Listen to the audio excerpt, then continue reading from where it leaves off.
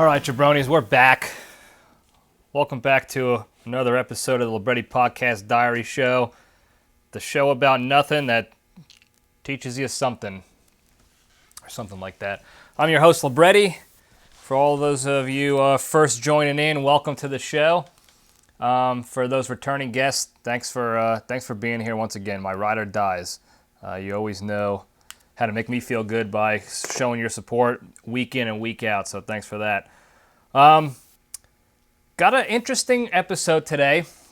We're going to be talking about how conspiracy theories are born. We're going to try to get into the mindset of the people who believe some seemingly wacky conspiracy theories and why they think that way. How did they get to that conclusion? Because all we see usually on the surface level is some cockamamy theory, and we want to know how people in their right minds can get to that. And we're gonna try to do that with an example. We'll get to that into the Junction. But first, I want to discuss a little news article I got from the Bradley Blotter, a fan who's always submitting to me, news articles and updates and good stuff. He's a ride or die fan and a brother in arms. So apparently, a retired military veteran, he was Marine Corps and Air Force, is suing the military because the military refused to pay for medical procedures in relation to his son's transition to become a woman. That was the article headline. That's the general gist of what's going on. So I dug a little deeper to find out what the situation exactly was all about. And the article, I think it was the Military Times or something, talked about how it painted a picture. Let me rewind here real quick. Here are the facts, okay? Let me give you the facts and not the Libretti spin on things first, okay? So the facts of the case, if you will, are the son of this retired military veteran is in college, just a civilian kid in college, and is transitioning to become a woman.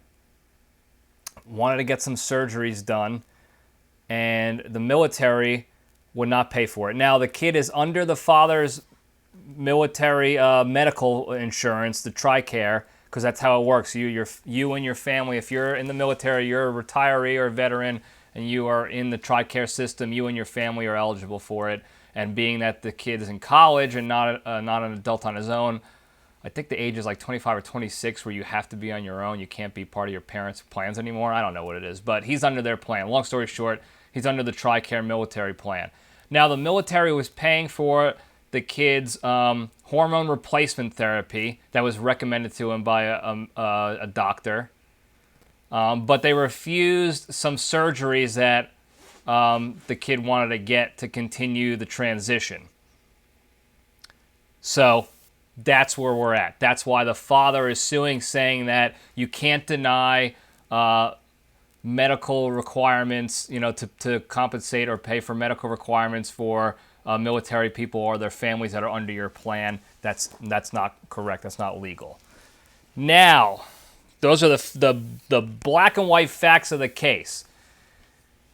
Now, I did some digging on the situation. I had to find out more information. The article was painting a picture of this poor kid and this poor family being wronged by the military, and how this is unjust and they need to get their actual justice. And hopefully this suit will allow the kid to get the surgeries. Now, the article also said that these were required medical surgeries. Medically necessary is what was in quotes in the article. Medically necessary surgeries. Okay?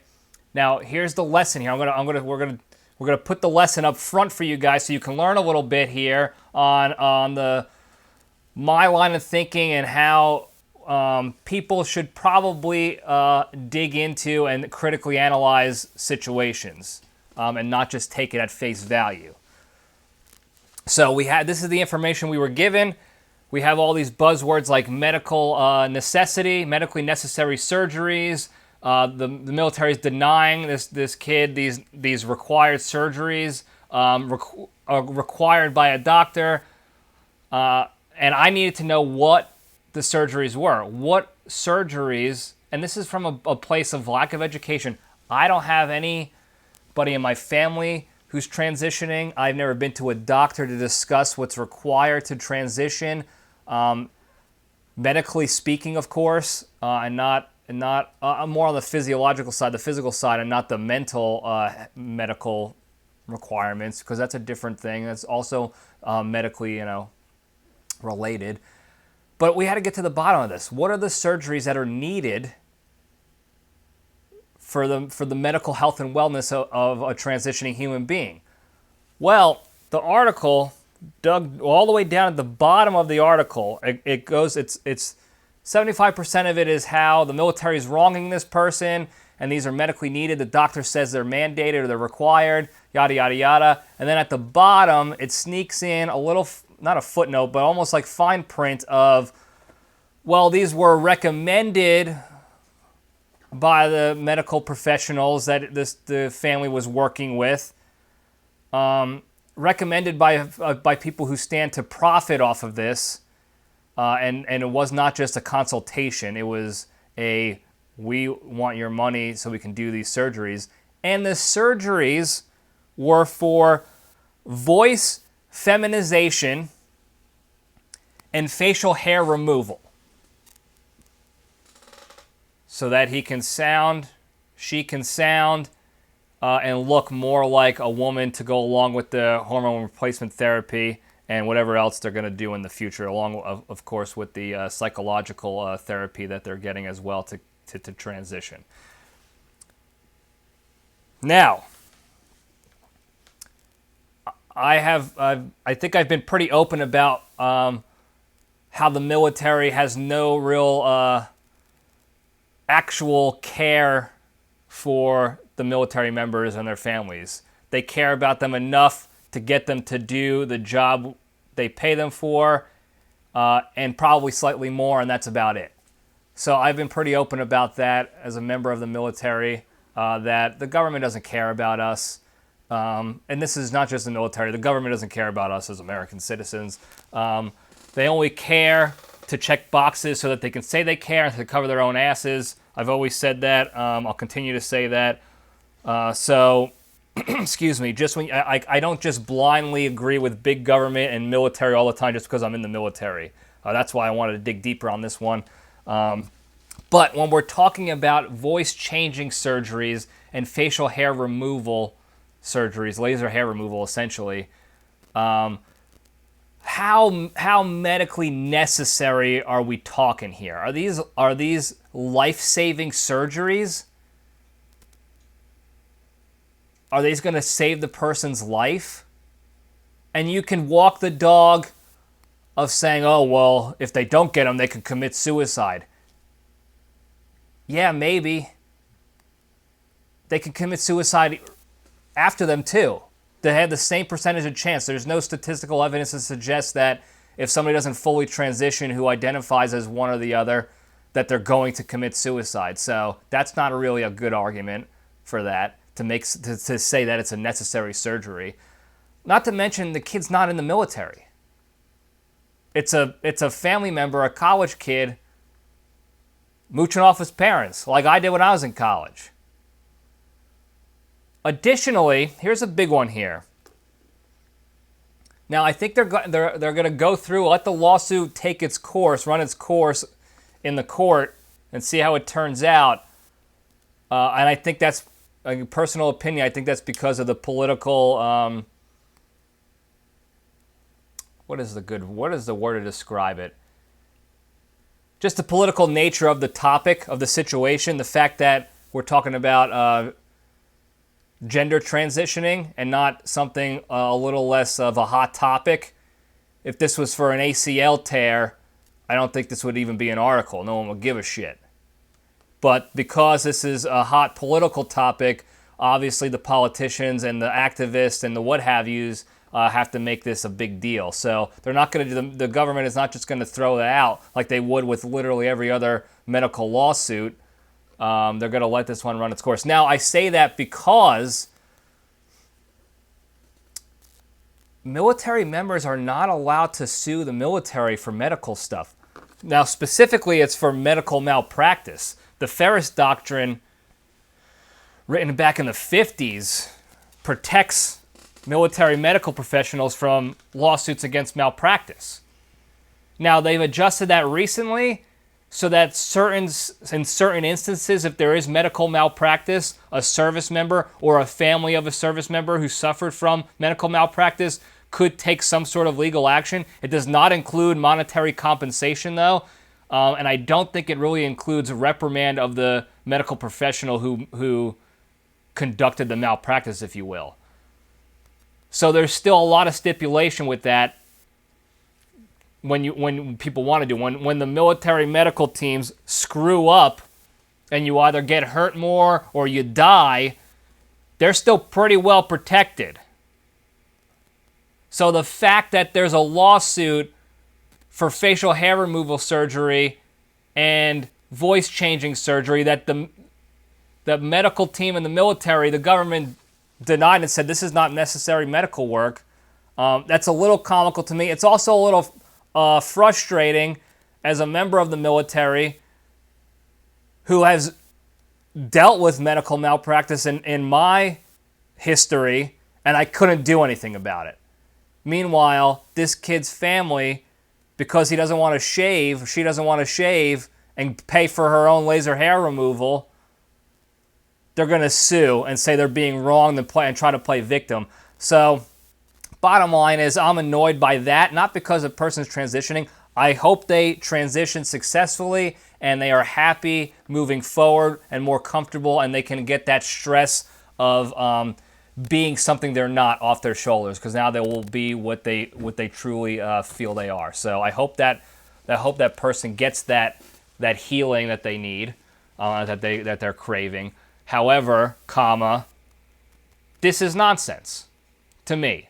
And you can disagree. I know it's a hot topic. I'll probably get a lot of hate in the comments or text message or DMs or what have you. But this is what the military is dealing with now. This is what the Air Force and the Marines are currently dealing with, the government currently dealing with as far as top military priorities, is dealing with stuff like this and not getting our military prepared to fight the inevitable World War III that our government is proxy financing right now as we speak. And that's why I'm annoyed, because this is a news article, and the fact that we're on the brink of another war because of eggheads in the government, not a discussion topic. So, all right, I'm done bitching about that. I'm done boring you with nonsensory that nobody cares about and we shouldn't care about, but I wanted to bring up to the point that somebody cared enough about it to make it a top week's priority news headline for people to bitch about and talk about, and I guess it worked. They got me. So there you go. Now, let's get into the more important, pressing items of the show that everybody waits for. We'll step into the cage.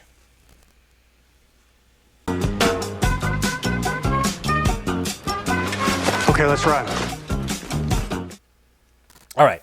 Today's Into the Cage segment is proudly sponsored by Truck Nuts Pets Edition. Did you just have your dog's manhood removed by getting him neutered? Do you also love a good set of truck nuts you can hang from the trailer hitch of your lifted pickup? Well, now you can memorialize your best pal's plums with a set of Truck Nuts Pet Edition.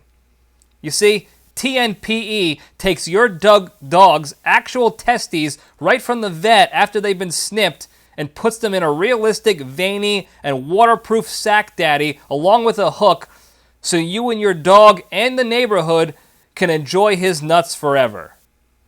It even comes with a custom washcloth with your worst enemy's face printed on it so you can wipe down the TNPE ball bag after a long ride in the mud to ensure they are always looking pristine. So to get your Truck Nuts Pet Edition today, visit www.dogdanglers.com and use the promo code REDROCKET for 29% off your first Sack Daddy pair. 29%. The creature demanded more, and we got him more. Okay, 2.9 was not enough. So we worked with our sponsors, our potential sponsors, and we got them to drop a pretty legitimate discount there, 29%. And that's significant when we're talking, matters of the flesh trade, if you will, or the underflesh trade, the nuts, dog nuts. So go check it out. Go take a look. All right, the Cage fact. Everybody knows about the movie Family Man.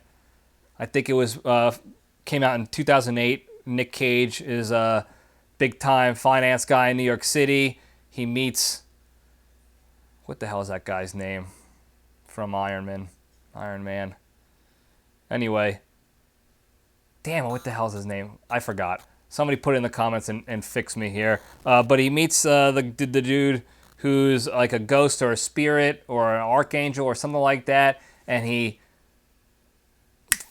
snaps him into an alternate reality where he's a family man and he's living the life that he could have lived, but he chose not to back in the day. And great movie, Christmas movie. It's on every Christmas time. I think it was on AMC recently already, right after Thanksgiving. So, good movie. That's not the Cage fact, but it's just a good movie. Now, the writers and the creators of that film are in talks. I think they're actually in the works of turning this movie into an onstage musical act. So just like The Lion King became a musical and some other movies became musicals, Sound of Music, that was a musical movie that turned into a musical play. That wasn't much of a leap there, but this one is going to become apparently a musical on-stage act. I don't know how they're going to do it and make it good. Personally, I think musicals suck. I don't get them at all. The only ones I like are the ones that are movies, like Grease and Grease 2, really more so Grease 2 actually, but musicals suck. West Side Story, where they're snapping and dance fighting and all that shit, it's garbage. It doesn't make sense. I can't suspend disbelief enough for that to make me enjoy a musical. I enjoy the movie ones because it usually has big-time actors like Travolta and Shooter McGavin was in Grease 2. And they're doing stupid stuff and dancing and popping collars and busting nuts and what have yous. But otherwise, if somebody in real life was talking to me about a particular subject and all of a sudden they started breaking out into song and dance about that subject, I'm gone. I'm leaving. There's no way I'm standing there and listening to that ball bag flap his gills and dance around and snap and twirl and twist and jump on cars and light posts just to get to the point of his story. No thanks, pal. I'm hitting the diner and I'll get some steak and eggs while I wait for him to shut up. It's just, I just can't do it. I can suspend disbelief for most other movies like alien stuff, horror movies where the people run upstairs when they should be running outside, magic crap, fantasy stuff. I could do it. I don't know why, but for musicals, I just can't get behind them at all. So it's gonna be a tough road to climb up. That doesn't make sense. A tough hill to climb up to get this movie, The Family Man, to be a quality musical on-stage act. I'll have to wait for it to come out and get at least probably a year's worth of reviews in by people like fans and not just critics, because critics for musicals, they review the musical portion of it, not the fact that it was a quality Cage classic film turned into a musical when it's not supposed to be a musical.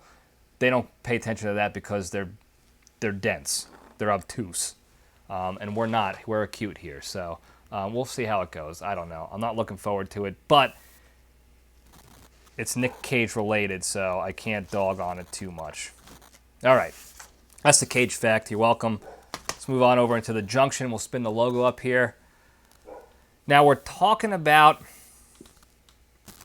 the birth of conspiracy theories. How we get from an act that happens, that's usually in the news, to what seems to be a wild reason for that act.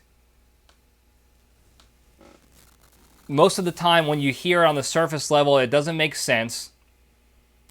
And what I want to do now is put out pieces of information and walk the dog so you can see how someone might get there. Now, let's caveat all this. An LPDS caveat here. A little disclaimer.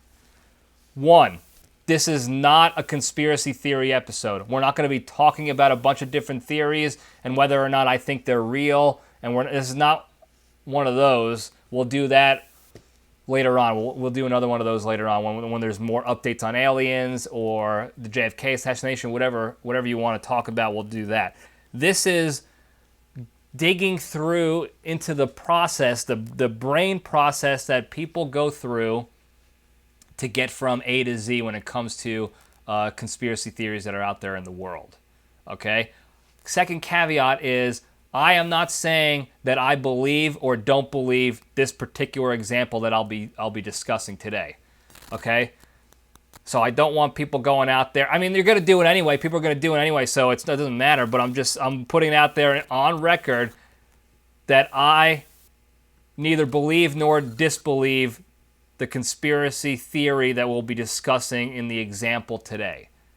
I picked it as an example because it's current, it's new in the news, what's going on, so a lot of people are following it, and there was a lot of information out there that you can use to draw conclusions off of.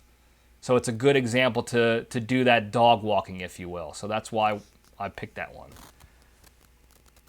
So, with that, I want to get into the thought process of people. Okay, that's what we try to do. We try to break down the way people think and how they think, and hopefully maybe it can help us get to the understanding why they think the way they do. And it's not for the purpose of changing this. Sorry, you guys in YouTube land, I have to update something on my computer to keep the system running, so I'm typing. It's not necessarily to get people to change the way they're thinking, but if you have a better understanding of how and why people think the way they do, you'll be able to have better, more educated conversations with them about serious subjects. You're not going to resort to fighting or name-calling when you're talking about politics. You can learn and grow from each other. And whether, you guys change your minds or not at the end of the day, it doesn't really matter, as long as you can have a civil discourse, learn from each other, and still maintain, friendship or mature acquaintanceship, if that's a word. So this is going to help that process. That's what we're going to do here. We're going to try to help out that sort of process there. So we all know about the FTX situation that's gone on the past couple of weeks. The company was a crypto exchange company. It wasn't its own cryptocurrency. It was a Bitcoin exchange company. And if I remember correctly, and I'm stupid, so bear with me, you give money to this company and they invest it in Bitcoin for you. And I don't even know if you own Bitcoin or if it's just a means for you to invest in shares of Bitcoin through this exchange, through FTX. And I think it was Bitcoin specifically and not other cryptocurrencies. So that's what FTX was. Well, recently, and it was blowing up, by the way. We all saw it. Commercials, Tom Brady was endorsing it. A bunch of celebrities were endorsing it in commercials. Larry David did a commercial in the Super Bowl with it. Everybody's sponsored by FTX all over the world, every sport. The baseball umpires, we talked about this earlier, the baseball umpires had it sponsored on their uniforms. Their uniforms were sponsored by FTX. That's how popular it was. and how quickly it grew. This was all within like a year. Recently, we discussed this too in a previous episode, so if you're hearing this again, I apologize. But for you new listeners out there, recently that went down the tubes. They lost billions of dollars within a couple weeks, and the CEO filed for bankruptcy, and now he's hiding somewhere in the Caribbean or Cayman Islands or something like that, where he doesn't have to get extradited back to the U.S. to answer for his shenanigans, if you will. So, the conspiracy I'm gonna give you the conspiracy theory up front, and we can all laugh at how ridiculous it might sound, and then we'll talk through the information and that people have used to piece together the creation of this theory. All right, that's what we're doing here, folks. We're teaching lessons. Okay, all right. The theory is that there was a giant money laundering scheme involving the U.S. government, the politicians in the U.S. government, FTX, and the Ukraine government. And probably some other folks there as well. I'm not sure exactly, but that's the conspiracy theory. Money laundering scheme involving the politicians. So the theory specifically, I don't like saying the word posits. I think that's too much of a hoity-toity, stupid hipster word that people use to sound smarter than they really are, and I'm a dumbass. I was going to say asshole. I'm an asshole too, but that's not even the right word I want to use here. I'm a dumbass, so I don't like using the word posits, but I can't think of anything else. So the specifics of the theory posit that the U.S. politicians, specifically the people in charge of the campaigns for, this midterm election of senators and congressmen and what have you, so the Democratic and Republican folks, the higher-ups there, had this scheme where the government was just printing money left and right, billions and billions of dollars for the Ukraine effort against Russia, the proxy war that we've been funding against Russia. And then Ukraine government, Zelensky and friends, they were quote-unquote investing that money into FTX on paper with the hopes of it just growing so that they can make even more money, trillions of dollars, in fact, off of that money, and then they would win the war.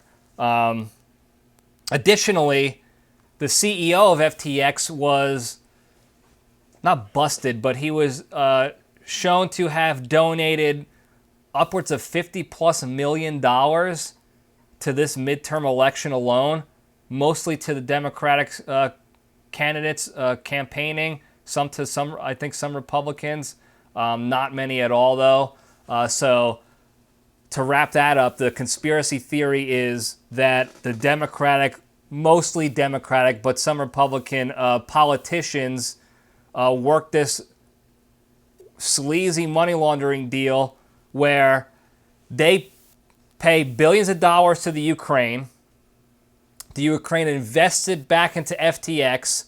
They'll make trillions off of the winnings because FTX was a fucking wagon and going to the moon. So it was almost a lock. You invest in there, you're going to make your money back real quick and more. So they'd make money and be fat, dumb, and happy. And then the CEO would take a little bit off the top and quote-unquote donate the money back to the politicians' campaigns so that they can win their elections and remain in power. It sounds crazy, okay? And I'm trying not to talk about politics. I'm not saying I believe it. I'm not saying this is my theory and it's all a ruse and this and that. I know I've talked about this stuff in the past, but this is an example of a crazy theory out there that just happens to be in the political world. Shocker, as they usually are. And this is a perfect example of something that's like, how in the world do people get there mentally? How do they do the mental gymnastics to draw that conclusion and actually sit there and believe the bullshit that they're spewing? So now let's walk the dog here, folks. All right, this is what we're doing. We're walking dogs and teaching lessons and hanging ball bags on trucks. All right, now,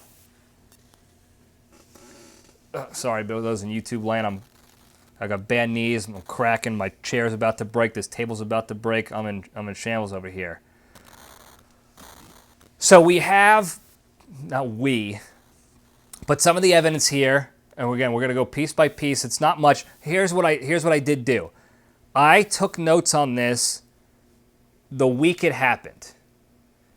And I purposely did not conglomerate any further information in the coming weeks. So we're several weeks past this now, and more information is out there, a ton more information and updates and this and that and what have yous. But I stopped collecting information at the time because I want to show to you, I want to illustrate and demonstrate, how quickly information gets out through the internet. And when I say information, it's data. Whether it's true or not, it's data points to collect and make conclusions off of. Rumors, gossip, lies, what have you. Information, how quickly it gets out into the internet on a particular situation, and how quickly a conspiracy theory can get spun up and created off of it. Okay? This was within 3 days of the FTX bankruptcy situation. This theory was already out there, and I purposely, again, I stopped to show you, because there's more information. The theory is even more wild now on what's going on with the whole FTX stuff, because there's more information out there. As time passes on, it's going to get crazier and crazier sounding, because there's more information to puzzle together. But from several weeks ago, when it actually happened, the day it happened, the week it happened, we find out about the CEO donating millions of dollars, $50+ million, to the campaigns, mostly Democrat campaigns. We also find out that his family comes from like a long line of people that fund campaigns. Like they're very into politics, mostly on the Democratic side. Not that it matters, it's politics. It's crooked and corrupt on either side. But they were making the point that it was mostly on the Democratic side for years now, and this and that. There's also information about how this kid, this CEO, was sort of garbage in school, lazy in school, super smart guy, but always trying to find the quick way out of things to profit and prosper, if you will. Was always scheming, I guess you could say. Scheming. And that's a key word because, objectively speaking, the FTX thing was a Ponzi scheme. Okay, and that came out as well in that same week.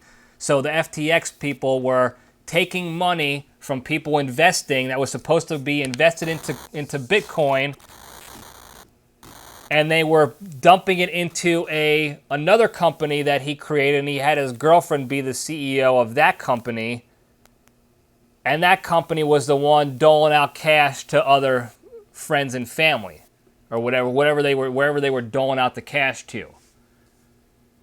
Okay, so the money wasn't actually ever going to Bitcoin, and they were lying on reports and making crap up. It's the Bitcoin Bernie Madoff situation. That's all it is. The money never went to Bitcoin shares for the people. It was all lies and smoke and mirrors and malarkey. But that's what ended up happening. So eventually went bankrupt. Now the guy said his wife or his girlfriend at the time, who I guess they broke up, they were in this weird orgy commune together, and everyone was banging everybody else, and that's why they were all friends and all hired onto FTX and the parent company, or the secret underground company where the money was actually going, and that he was blaming her that she embezzled the money and stole it and who knows where it's at now. It's gone. But we know that the dude himself donated $50+ million and he's not worth $50 million. So the money was coming from somewhere. So you can draw the conclusion that his donation money was coming from FTX investment money that was supposed to be going to Bitcoin shares. Okay? That's how you piece that together. Okay? Now that kind of makes a little bit of sense. All right? Now you have this separate, seemingly unrelated matzo ball over here of the U.S. government just printing almost $100 billion to Ukraine, giving it to Ukraine, unaccounted for, and we've discussed this in the past, unaccounted for money to Ukraine, go and win the war. We don't care what you do. We say we care what you do with it, but we're not putting any system in place to actually account for that money and make sure that it's going to what it needs to go to. Okay? Seems like nonsense. Nobody cares about that. Like, that's unrelated, right? Well, information started coming out that the Ukraine government was investing money, billions of dollars worth of money, into FTX. There is no corroborating information. There's no actual intel that confirms that. This was rumors on social media that were flying around everywhere. That the Ukraine government had invested up until the bankruptcy time frame billions of dollars into FTX. Again, that by itself, countries can invest their money wherever they want to try to make more money back and up their GDP. That's whatever, we can't say what they we could have said, we can't say what they do with the money we gave them. We didn't. And there was no correlation at the time. There's no way to prove that the money that they got from the U.S. went to FTX investments. However, if they had billions of dollars to invest in FTX, say the theorists out there, then why did they need so much money from the U.S. to quote they say was needed to win the war? Why couldn't they just use the money they had that they invested, instead just use it on the war effort? So now you can start connecting that piece of they were using the U.S. money to invest into FTX. Additionally,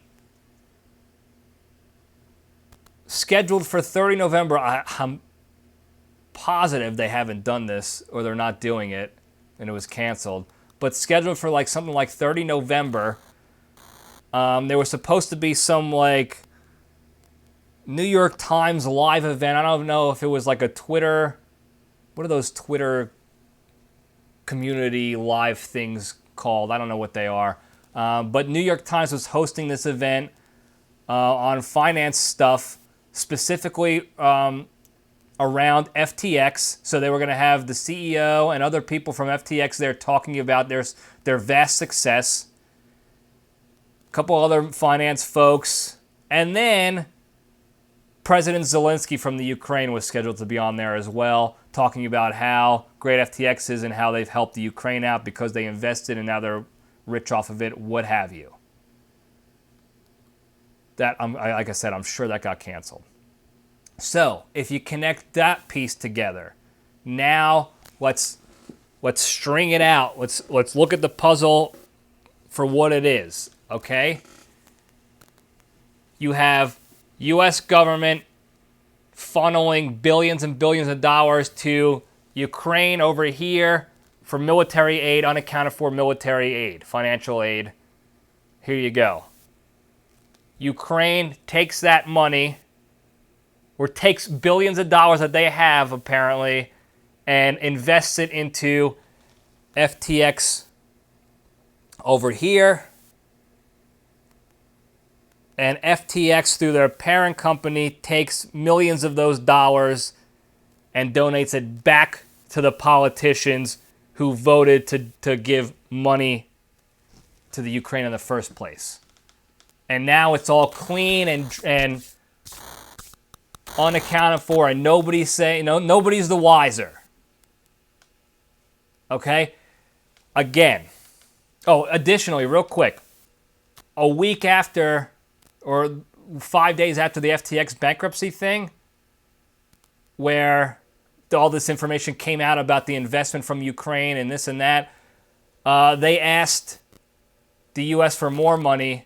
They stopped asking for money for a little bit, and then they started asking immediately after that for more money, and the presidential administration was considering donating $37 billion more dollars right off the bat, $37 billion more, which would put them well over $100 billion in money that we've paid to support that proxy war, seemingly. And I don't know if it went through or not. Nobody's talking about it, which makes me think it probably did go through. So you have that piece together. Okay? If you do all that, it's not nearly as crazy as it once seemed when we first started talking that this conspiracy theory was out there. Okay? You could put those pieces together and draw a much more logical conclusion that shenanigans were afoot than if you didn't have any of that information out there, right?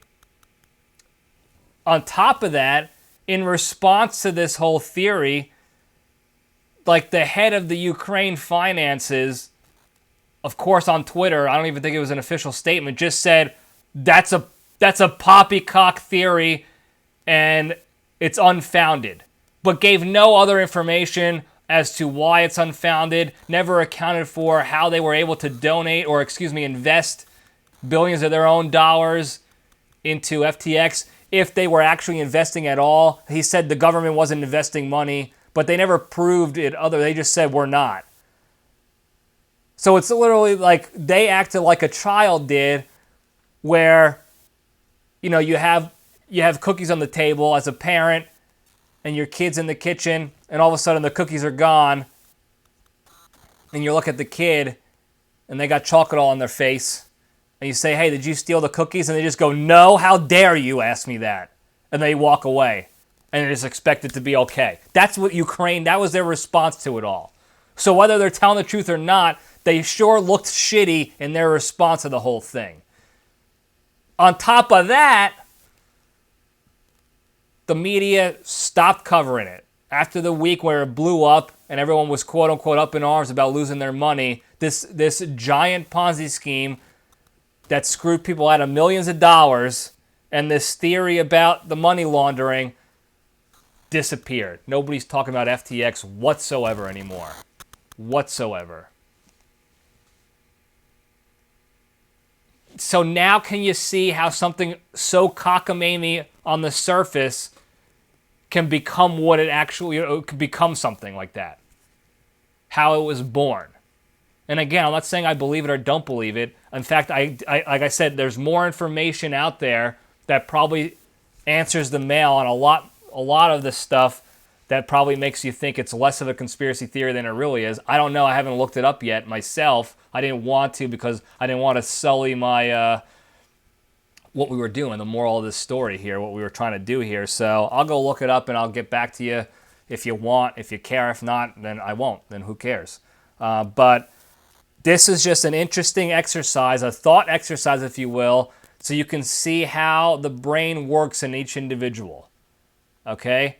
And why people believe in aliens, why people think JFK wasn't killed by Lee Harvey Oswald, things like that. It sounds so crazy. Like, why would the government do something like that? But you get all this information, true or not, without vetting it. That's why these theories, come into existence so fast and so aggressively and on such a large scale.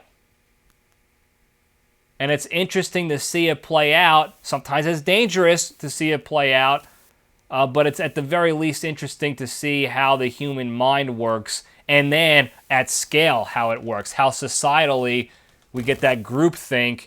You just get enough people thinking the same way or similarly, planting the seed in their head, and now they're down the rabbit hole. The next thing you know, 75% of the country thinks that Bigfoot's real, So, again, I don't necessarily believe it or don't believe it.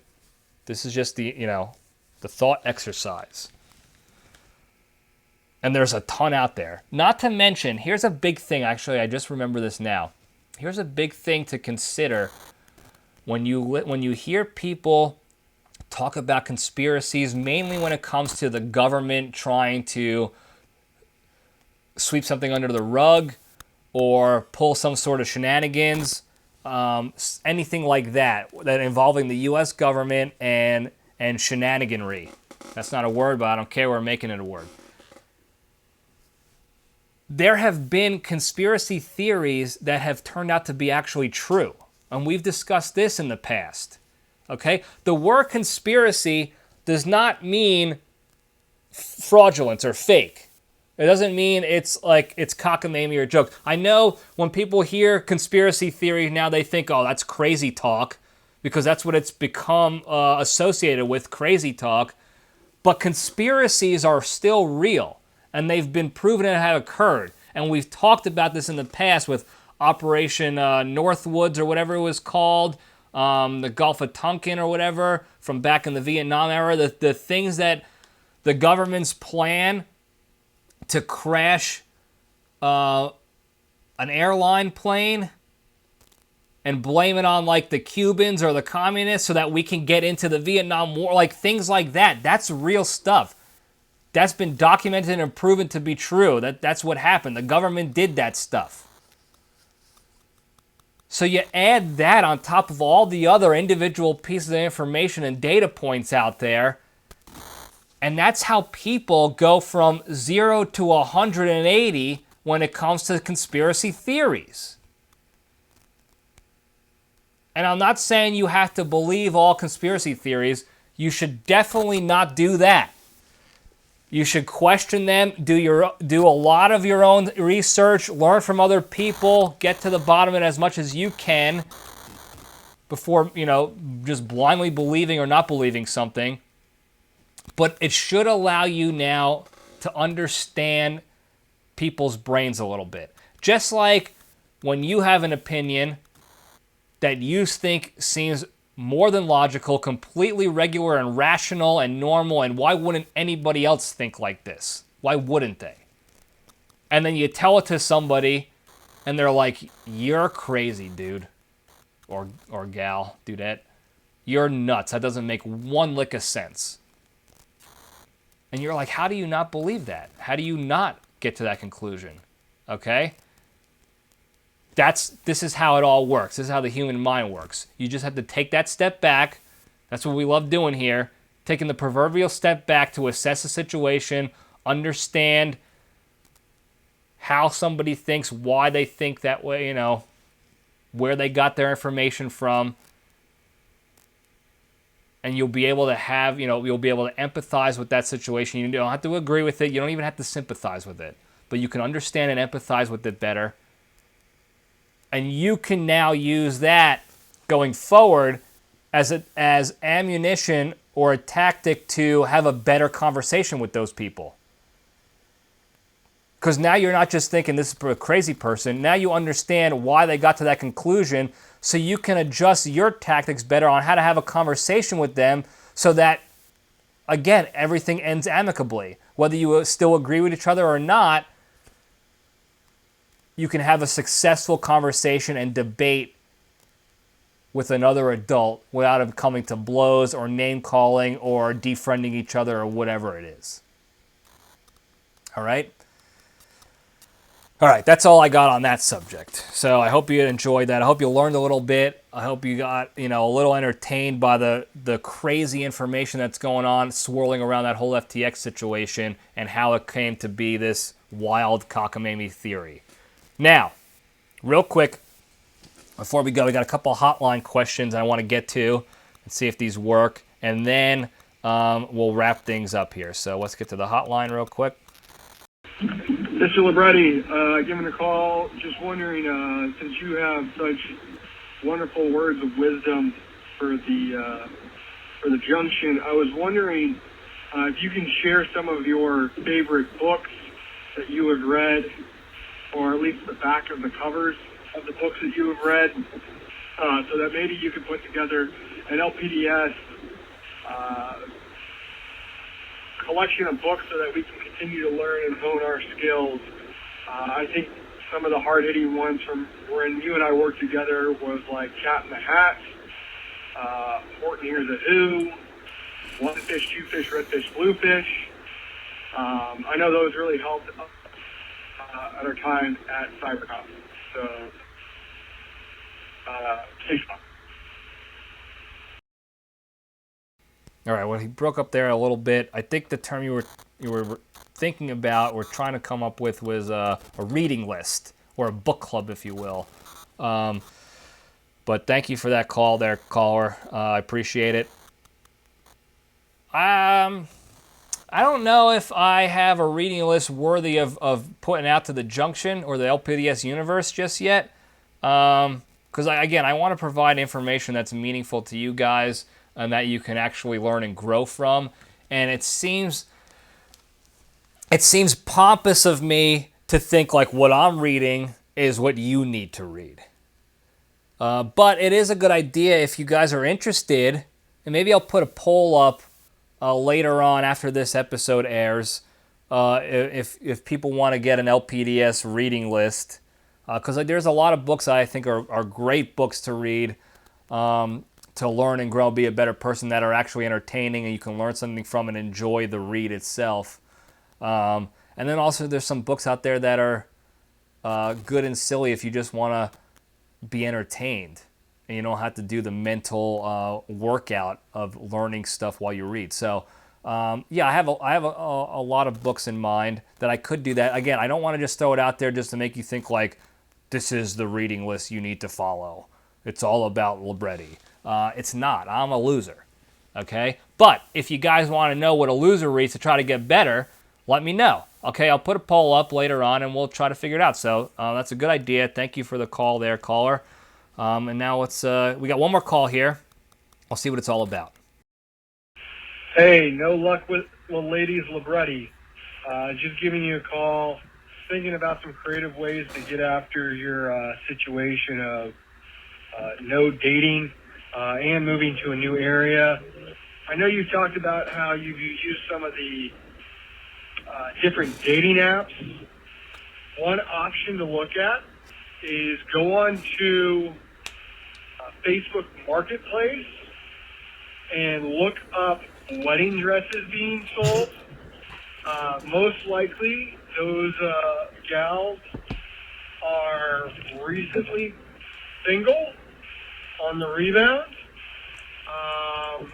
and you get, kind of a little bit of bio about them. So my guess is they're probably in pretty decent shape, so you can get after it that way. So hopefully it helps the search in the new hometown, getting after the no love for you.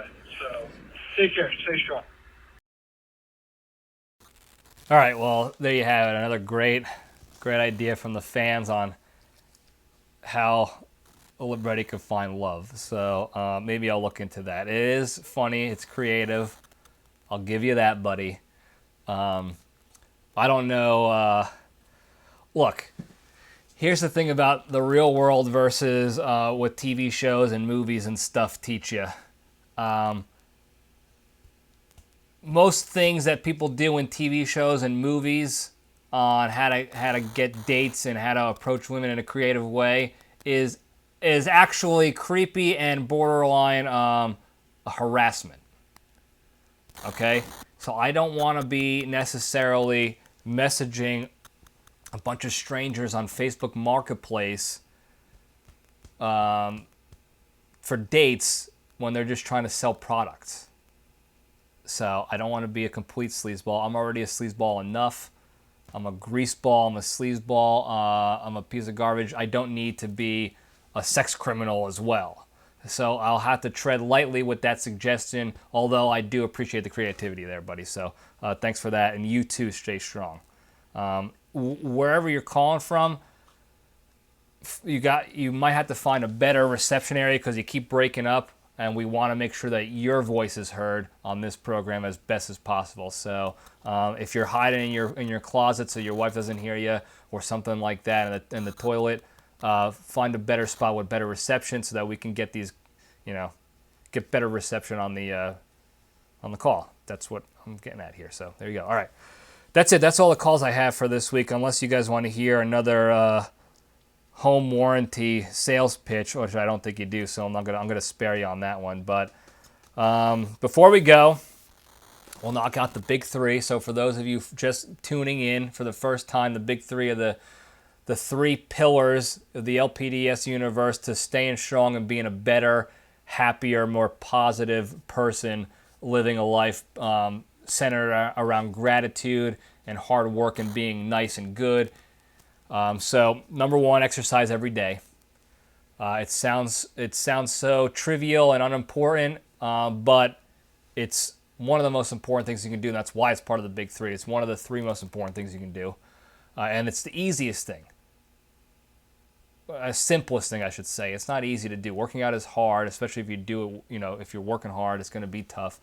But it's as simple as getting up and going for a walk after a meal instead of sitting on your couch to take a nap, or doing push-ups during commercial breaks on a football game.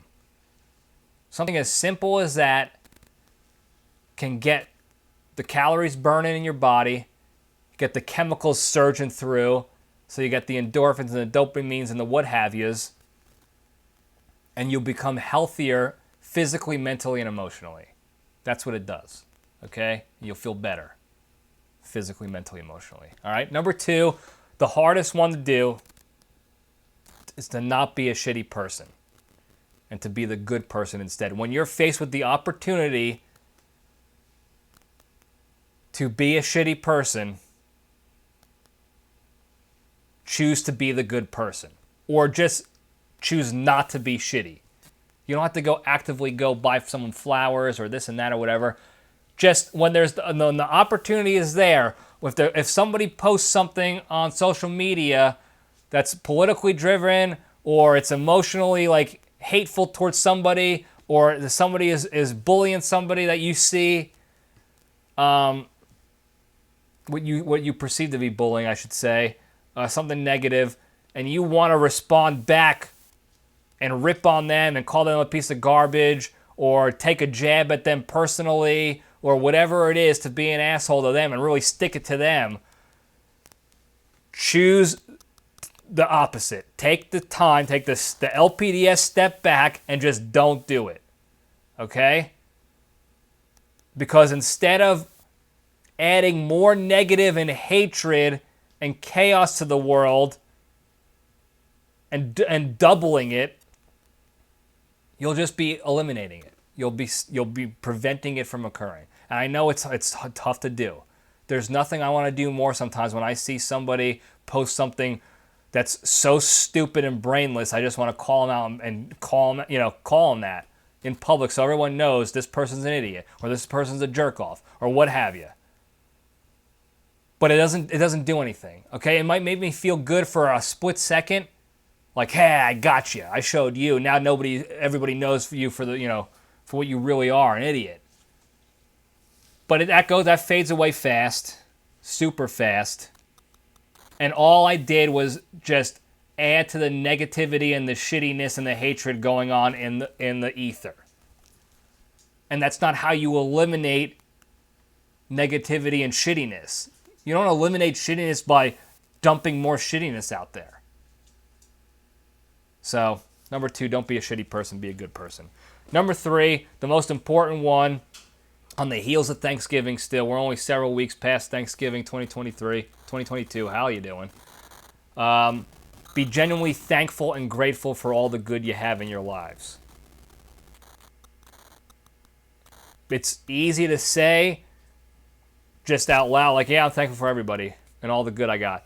But what I'm asking you to do is each day take a moment to actively think of one thing you have in your life. A refrigerator, power in my house, electricity in my house, parents, toilet, anything. One thing a day, and be like, damn, I'm so glad I have that. Imagine your life without that, ever. And think about your life without that. and then actively be grateful for that good thing you have in your life. And that exercise in that mental and emotional exercise will eventually get you to start thinking like that all the time. It starts small. Everything starts small. A couple jumping jacks to exercise, a couple push-ups, whatever you got to do.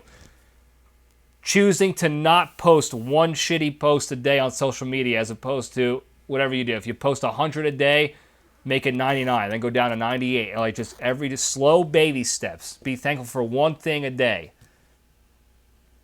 And you just keep doing that stuff. You follow the big three one time for one instance a day.